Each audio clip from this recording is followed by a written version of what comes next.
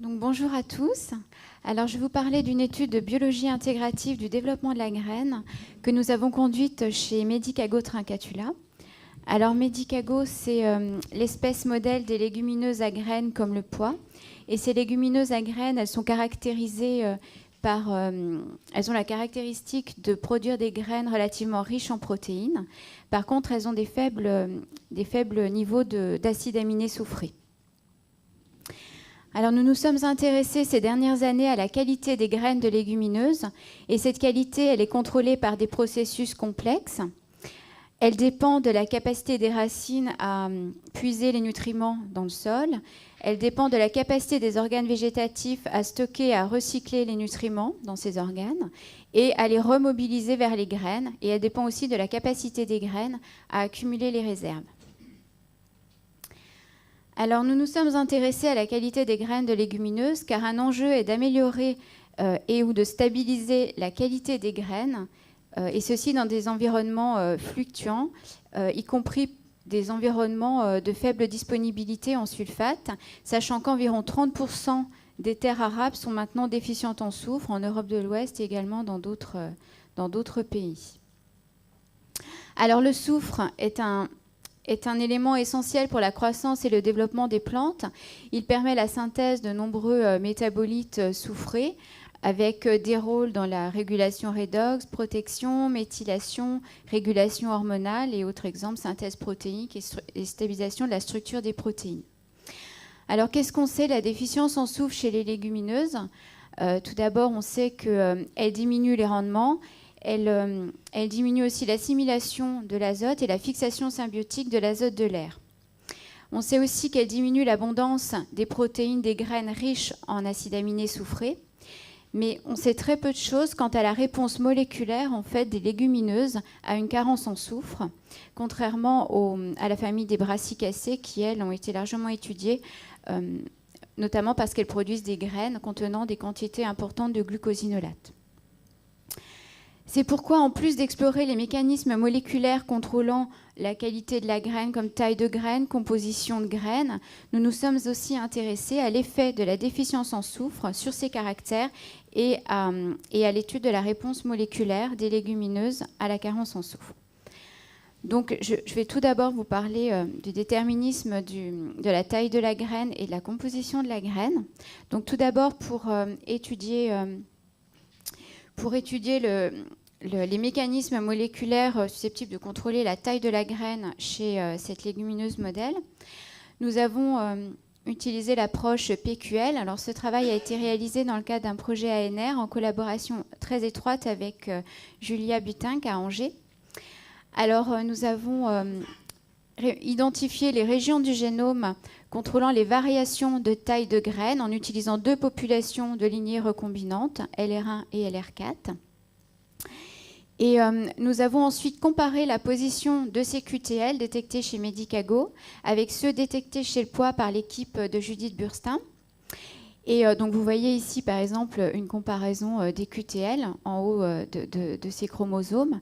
Donc cette comparaison a été possible donc, grâce au marqueur PON développé par l'équipe de Judith entre les cartes de pois et de Medicago. Et globalement, nous avons observé une bonne conservation des QTL de taille de graines, suggérant une conservation des mécanismes impliqués dans le contrôle de ce caractère. Et donc l'objectif ensuite était d'explorer les gènes candidats sous-jacents à ces QTL. Et comme nous disposions d'importantes données post-génomiques produites ces dernières années au niveau du développement de la graine, nous avons créé une carte que nous avons appelée consensus génétique expressionnel, c'est-à-dire que sur cette carte, nous avons positionné les profils d'expression des gènes exprimés lors du développement de la graine et ajouté à côté les profils d'expression de ces gènes dans les autres organes de la plante pour voir si ces gènes étaient spécifiquement ou préférentiellement exprimés dans la graine par rapport aux autres organes. Alors cette carte consensus génétique expressionnel, elle nous a permis de sélectionner des gènes candidats. Par exemple, ici, dans cette région, donc en orange, c'est-à-dire relativement riche en gènes préférentiellement exprimés dans la graine, nous avons identifié une protéase acérine de type subtilisine que nous avons nommée SBT1 et nous avons cartographié sa position, enfin nous avons validé sa position par cartographie génétique chez les deux espèces. Donc cette protéase acérine, nous avons observé qu'elle s'exprimait spécifiquement dans la graine et des expériences d'hybridation in situ ont permis de montrer une accumulation des transcrits dans cette région de l'albumène là, qui entoure l'embryon, donc au stade correspondant à la fin de l'embryogénèse. Donc je ne vais pas rentrer dans les détails, mais nous avons recherché des mutants pour cette subtilase chez Medicago et chez le pois. Et nous avons observé que ces mutants présentaient une diminution de la taille de la graine. Et donc, nous avons ainsi validé le lien entre cette protéase et le contrôle de la taille de la graine. Voilà, donc je vais passer à un autre exemple. Il s'agit d'un QTL de taille de graine que nous avons détecté en haut du groupe de liaison 2. Et dans cette région aussi, relativement riche en gènes préférentiellement exprimés dans la graine, nous en avons 18. Et parmi ces 18, nous avons un gène qui code un facteur de transcription de type DOF qui s'exprime lors de l'embryogénèse et spécifiquement dans la graine. Ici sont les autres organes où on n'a pas d'expression. Alors on a recherché des mutants pour ce facteur de transcription et l'analyse des mutants a été réalisée par Mélanie Noguero dans le cadre de sa thèse. Et donc je fais référence ici à son poster qui est présenté au colloque.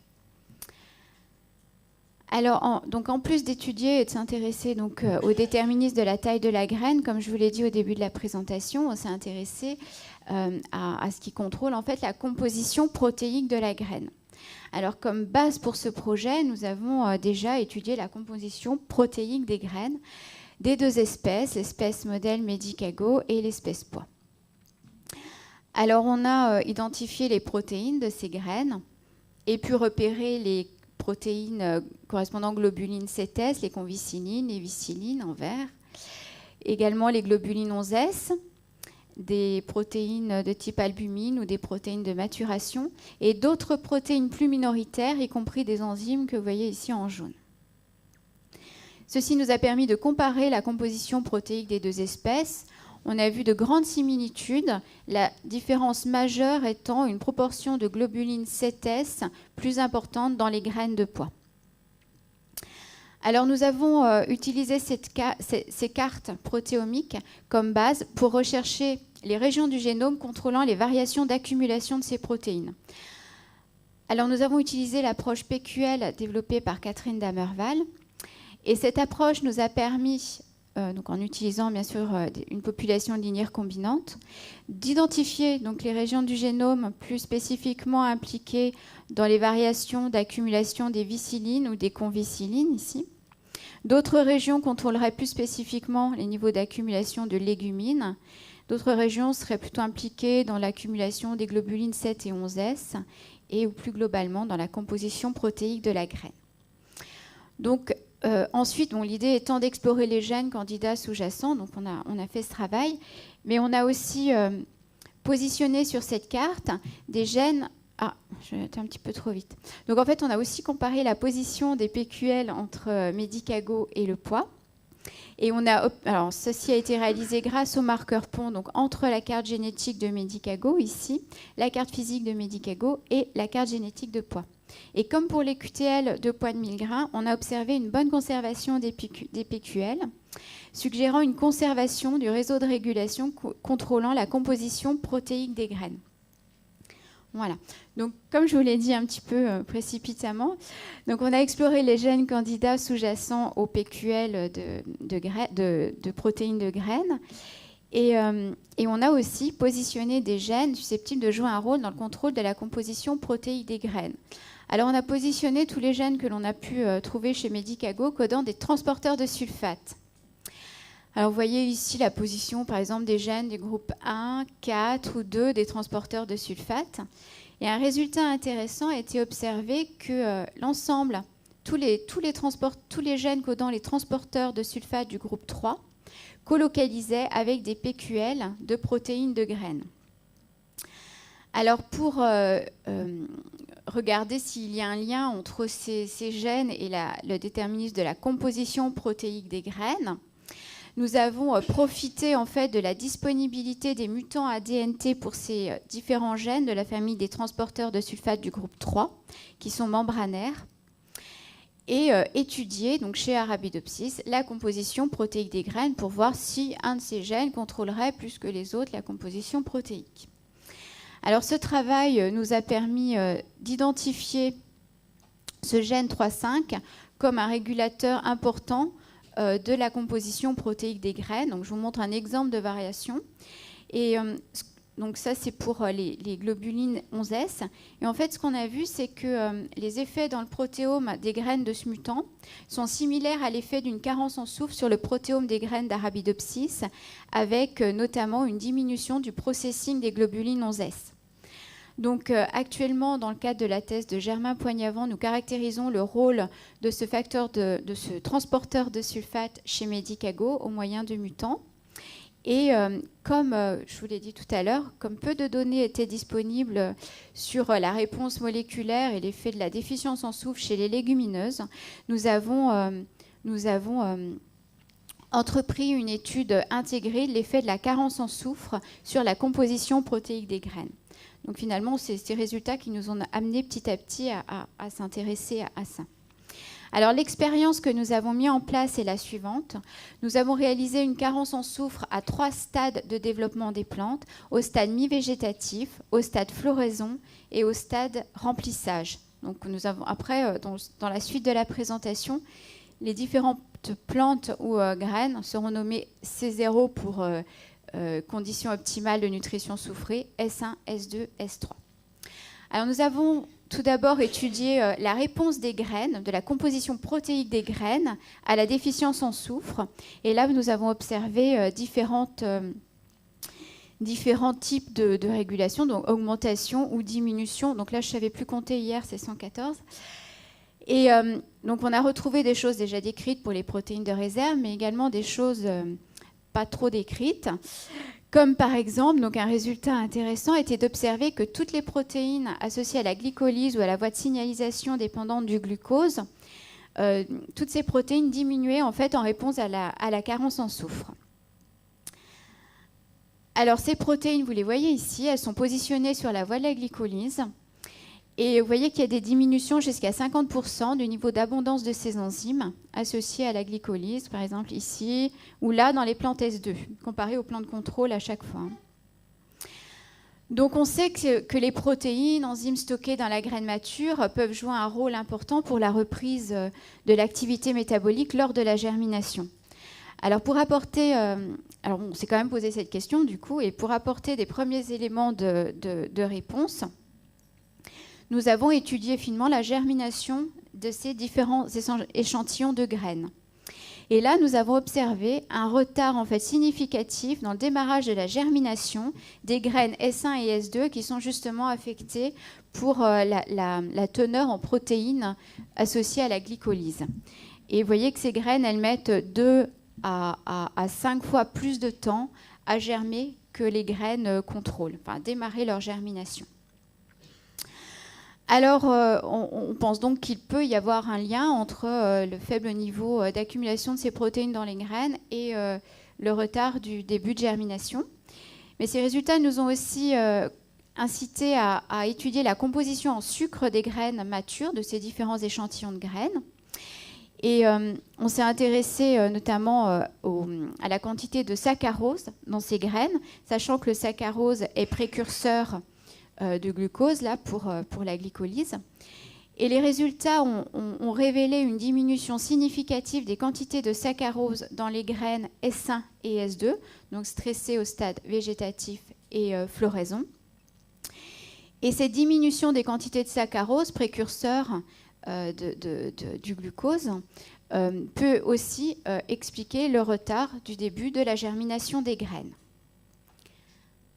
Donc après, on a regardé ce qui se passait au niveau des oligosaccharides de la famille du raffinose, les RFO. Et là, alors, on a observé tout d'abord que nos graines S2, elles elles étaient capables d'accumuler des niveaux normaux de RFO. Donc, on en a conclu que la graine était capable de transformer son sucrose en RFO lors de son développement, sachant que ce qui arrive aux graines n'est pas sous forme de RFO, mais sous forme de sucrose pendant le développement de la graine. Alors après, on a regardé les plantes, les graines, le comportement des graines S1, et là, on a vu une diminution significative de la quantité de RFO dans la graine, surtout causée à une diminution du stachyose, qui est le sucre vraiment, l'oligosaccharide RFO le plus abondant dans les graines matures. Alors on sait que les RFO sont importants pour une rapide expansion des axes embryonnaires, et quand on a regardé les caractéristiques de germination, eh bien on a vu que ces graines que la germination de ces graines était ralentie, c'est-à-dire qu'elles mettent 2,5 jours pour atteindre 50% de germination, comparé à 1,5 jours pour les graines contrôle. Donc on pense qu'il peut aussi y avoir un lien entre cette faible teneur en RFO et la diminution de la vitesse de germination. Ces résultats aussi nous ont permis de suggérer même pas suggérer, voilà, de se dire, il doit y avoir une diminution du chargement en carbone des graines. Donc, nous avons donc décidé de regarder si, effectivement, il y avait une diminution du chargement en carbone des graines. Alors, pour répondre à cette question, nous avons étudié la répartition du carbone entre les différents compartiments de la plante, les racines, les tissus végétatifs et les graines. Donc là, vous avez les histogrammes qui représentent la quantité relative de carbone dans les différents compartiments. C'est toutes les graines, l'ensemble des organes végétatifs et l'ensemble des racines. Et en couleur, là, vous avez la proportion en fait de carbone dans un organe comparé à la plante entière à chaque fois. Alors, ces résultats ont permis d'effectivement observer que les plantes S1 allouaient moins de carbone vers leurs graines, et cette diminution de l'allocation de carbone vers les graines conduit à une diminution de la quantité de carbone par graine S1. Voilà, et on a le même profil pour l'azote. Alors, donc ça nous a permis de valider l'impact négatif de la déficience en soufre au stade mi-végétatif sur l'allocation de carbone vers les graines. Mais ensuite, quand on a comparé en fait les profils entre les graines S1 et les graines S2, on a vu des contrastes vraiment très marqués. Et en fait, ces résultats, ils montrent une remobilisation du soufre, du carbone et de l'azote des tissus végétatifs vers les graines dans ces plantes S2. Alors, parce que ces plantes, elles sont privées de soufre à floraison, donc si on voit du soufre dans leurs graines, forcément, ça provient de la remobilisation des tissus de la plante vers les graines. Et pour le carbone et l'azote, on voit qu'il y a bien un maintien de la quantité de carbone et d'azote dans ces graines S2, mais une diminution de cette quantité dans les tissus végétatifs. Alors, l'identification des processus permettant à la plante de maintenir son métabolisme et de remobiliser efficacement les nutriments stockés dans ses organes végétatifs vers les graines est d'importance si on veut améliorer la tolérance des plantes à une déficience en soufre. Donc, nous avons donc commencé d'étudier les mécanismes moléculaires au sein des feuilles, cette fois, contrôlant la réponse adaptative à la déficience en soufre à floraison. Donc vous avez ici la voie de réduction du sulfate conduisant à la synthèse de cystéine, méthionine, S-adénosylméthionine et glutathion sous ces deux formes, réduites et oxydées. À gauche, vous avez les profils d'expression des gènes de cette voie. Alors les niveaux donc de transcrits dans les feuilles des plantes contrôle et dans les feuilles des plantes S2, stressées à floraison. Et à droite et en bas, vous avez les niveaux de métabolites de cette voie. Alors, les résultats ont révélé une augmentation de l'expression des gènes associés à la réduction du sulfate et à son assimilation, notamment en glutathion. Et cette activation de l'assimilation du sulfate, vous voyez, maintient le flux de soufre vers la synthèse de méthionine et d'adomète, parce que nous n'avons pas détecté de différence significative dans les niveaux d'abondance de ces métabolites au sein des graines S2 comparés aux graines contrôle. Quand on regarde maintenant les niveaux de glutathion, alors on voit un maintien du niveau de glutathion sous forme oxydée. donc suggérant une participation, un contrôle du stress oxydatif au sein des feuilles dans ces plantes S2. Par contre, on voit une diminution faible de la quantité de glutathion sous forme réduite dans les feuilles S2.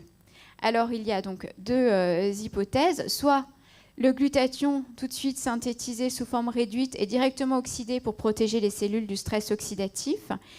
Et l'autre hypothèse, enfin, elles ne sont pas concurrentes les deux, l'autre hypothèse est que le glutathion parte aussi vers les graines, puisque les graines ont besoin de soufre pour se développer, et on sait que le glutathion est une forme de transport de soufre.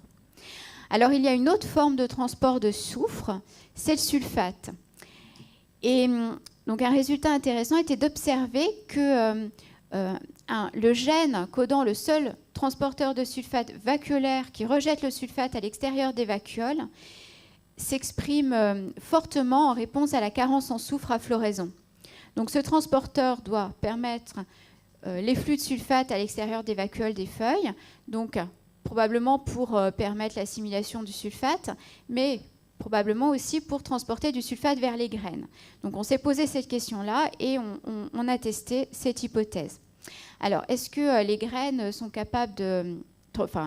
est-ce que du sulfate arrive aux graines et est assimilé lors du remplissage? Alors, on a étudié tout d'abord la teneur en soufre des graines à deux stades, au stade début remplissage et au stade maturité. Ceci pour les deux plantes, donc ça c'est dans les graines, hein, les deux plantes, contrôle et S2.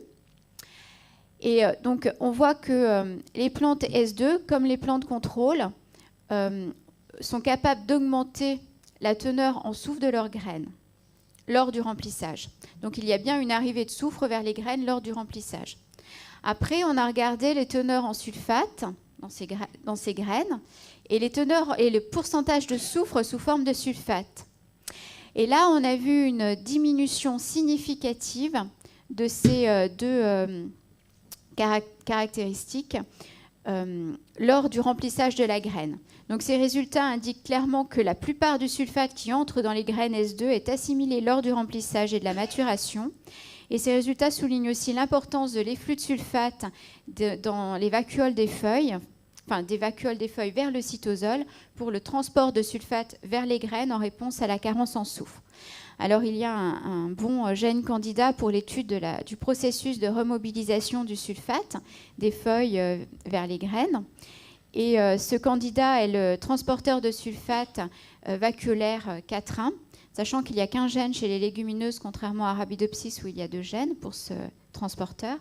Et nous validons actuellement la fonction de ce gène dans le processus de remobilisation du sulfate vers les graines au moyen de mutantining chez le pois.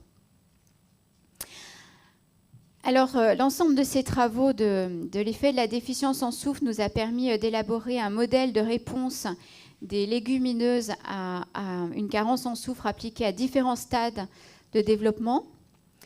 Et donc, pour résumer, je reprends quelques exemples. Une carence en soufre appliquée à un stade végétatif altère l'allocation de carbone vers les graines, conduisant à des faibles niveaux d'oligosaccharides normalement majeurs dans les graines matures qui sont affectées pour leur germination.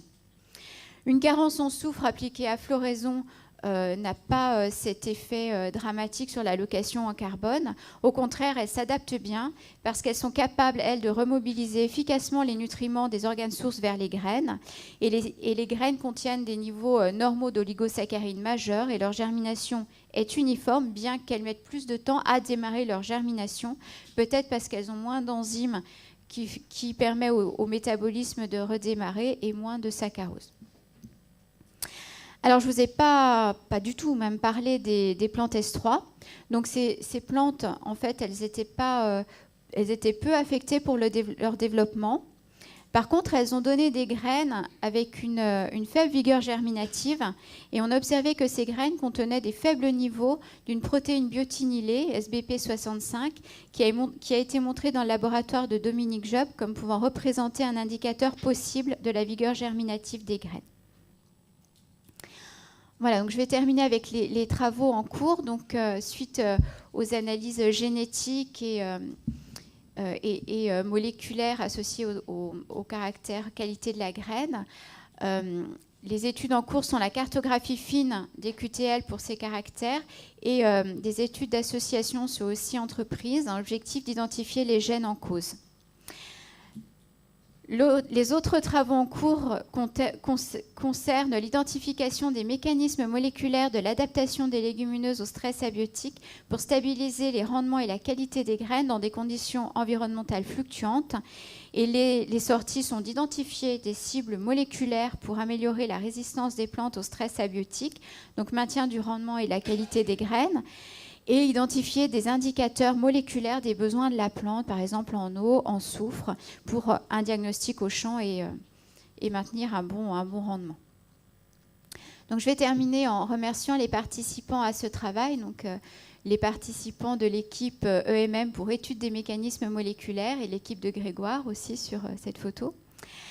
Et je remercie aussi les autres collègues de l'UMR Agroécologie qui ont participé à ce travail. Et puis, bien sûr, je n'oublie pas les personnes qui étaient au laboratoire et qui ont maintenant quitté le laboratoire. Et ce travail a été réalisé en collaboration avec la plateforme métabolomique de l'IBMP de Strasbourg, les plateformes de spectrométrie de masse en protéomique. Et ce travail a été réalisé aussi en collaboration étroite avec les partenaires du projet ANR Quality Lexide et du projet Sérapis CFUI visant la nutrition soufrée. Et je vous remercie pour votre attention.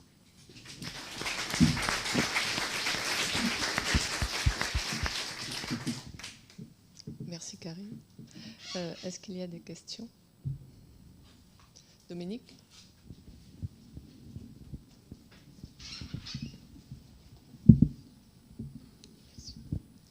Oui, donc tu appliques des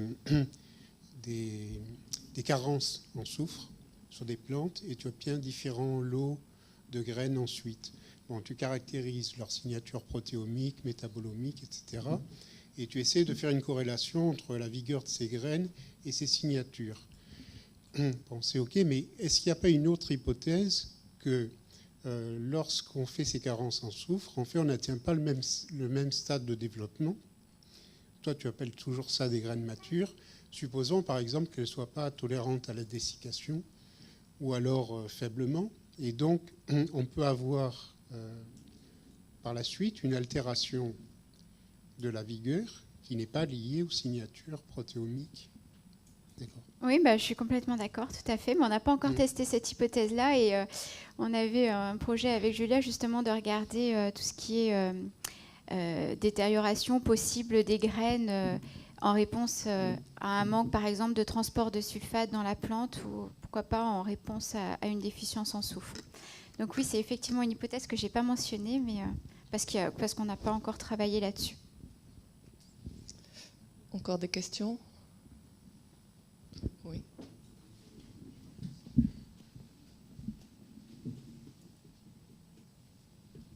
Une question sur la partition du carbone entre l'amidon, les protéines et les lipides en cas de carence en soufre.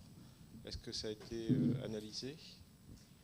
Non, ça n'a pas été analysé, mais effectivement, on pourrait le faire. Ouais, non, j'ai aucune donnée là-dessus. Par rapport à la glycolyse qui est affectée, on pourrait aussi avoir la voie de biosynthèse de l'amidon. Ouais. Et donc des enzymes qui vont... Alors, chez Medicago, là, cette étude-là, la conduite chez Medicago, on a l'amidon, enfin voilà, il y en a vraiment peu pas dans les graines matures. Mais par contre, il y a pas mal de lipides.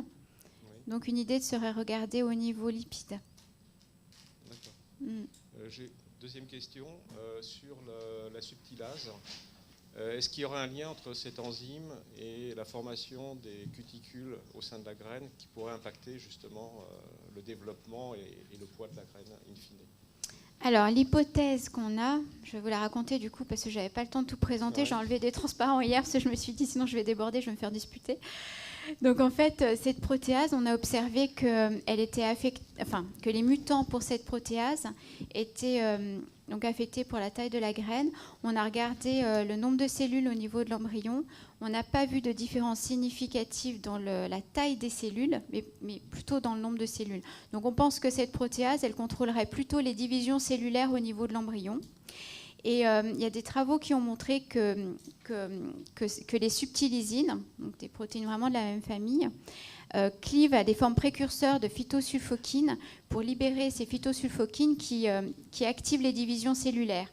Donc l'hypothèse est peut-être que cette protéase au niveau de l'albumène va cliver des formes précurseurs qui vont libérer des petits peptides stimulant le développement de l'embryon. Encore des questions? Moi, j'avais une petite question sur les RFO. Tu interprétais l'effet de la carence en soufre sur la baisse de RFO et les problèmes de germination qui s'en suivaient. Est-ce qu'il y a des mutants de synthèse de RFO qui ont des problèmes de germination? Oui, j'ai regardé ça, mais alors j'ai vu qu'il y avait effectivement... je sens bien, oui, j'avais regardé ça et il y avait des problèmes de développement axe embryonnaire. C'était des enzymes impliquées dans les voies de biosynthèse des sucres qui étaient mutés chez ces mutants et qui montraient des défauts au niveau germination. Mais après, ce n'était pas les premières étapes de la germination, c'était au niveau émergence, plantule, etc.